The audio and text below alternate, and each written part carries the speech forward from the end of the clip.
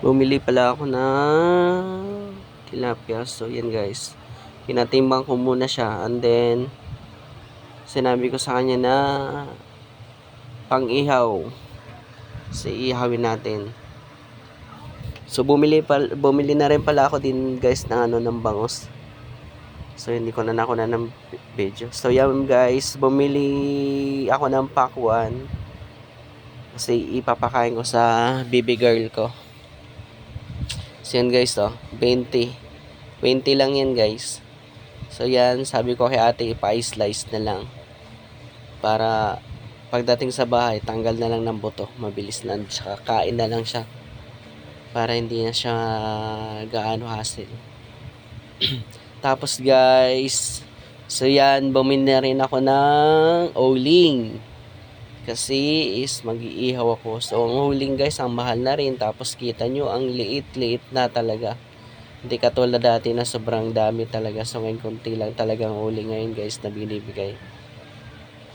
Dahil daw sabi ng namimili ay nagmahal na daw talaga ang uling. So guys, pumili ako ng mas marami-rami para hindi naman masyado tayong lugi. Kaso para pareho guys, tinitingnan ko para pareho lang talaga siya. So guys, no choice tayo kundi yan guys, kumuha na ako ng isa. So dalawang uling pala bibilin ko yan, dalawa. So halagang 20 yan guys. Yan, inabot ko na kay ate. So yan.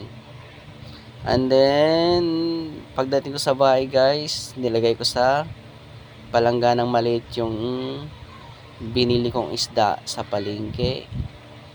Kasi yan guys, huhugasin ko. So nilagay ko na rin yung bangos.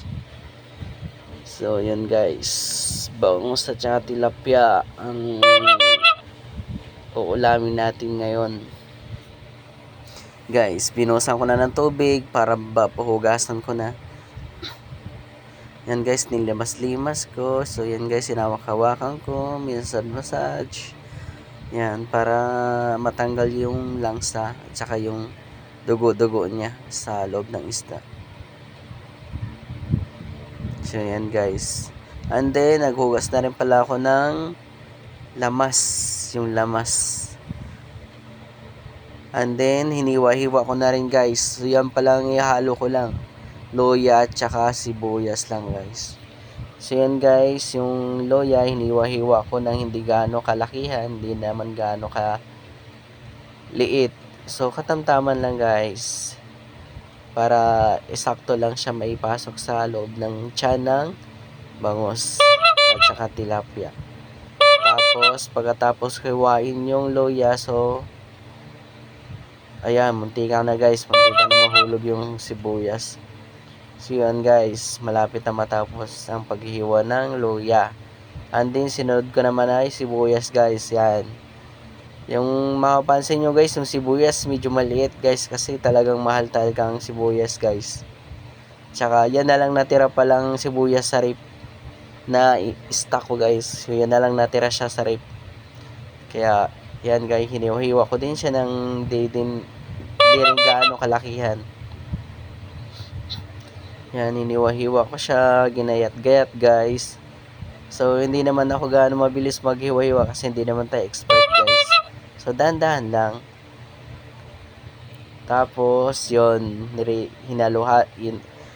hinahalo-halo ko na yung dalawang ingredients, kasi papasok ko na sa loob ng tiyan.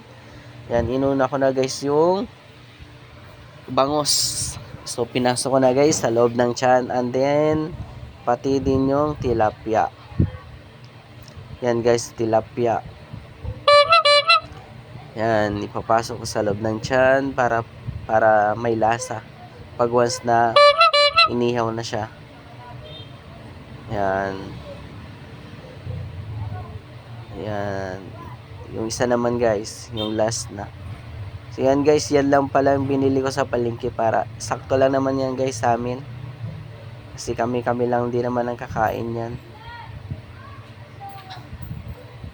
So yan guys. Yan, nalagay ko na lahat guys yung mga lamas sa loob ng tiyan ng isda.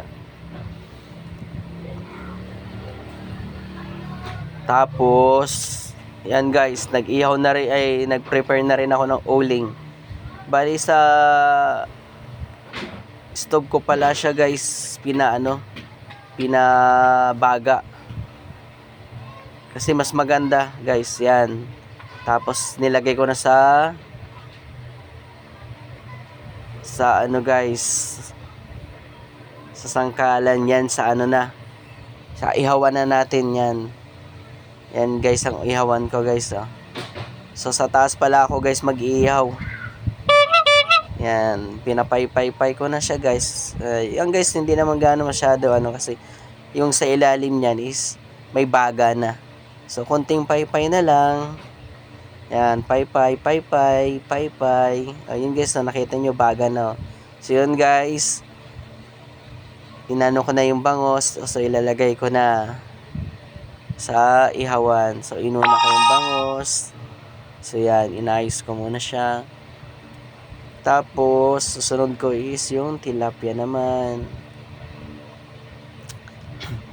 Yan guys. So mainit na siya guys ha. Kaya nilagay ko na. So yan. Yan guys. So chinik-chik ko muna kung talagang sakto. So okay naman siya guys. So maluluto naman siya ng maayos. So yan. So kita nyo naman guys, yung ihawan ko is cute lang talaga siya. Hindi naman masyado maliit, hindi rin siya masyado malaki. Yan guys. Yan, after 1 million years, so luto na yung kabilang side. So binaliktad ko na siya. So nakikita nyo guys, medyo sunog nga, pero goods na goods yan guys. Yan, kita nyo guys, oh. Medyo nalakasan yata ng ano, ng uling ng apoy. Pero okay naman. At least luto talaga siya. Yan, kita nyo guys. Yan, after 1 million years. So yan guys, luto na siya. Finally, luto na. So tinanggal ko na siya sa ihawan guys. So itong bangus is luto na rin siya. So yan, chinichik ko muna kung talagang ano. Kita nyo guys, oh yan, sarap-sarap niyan guys.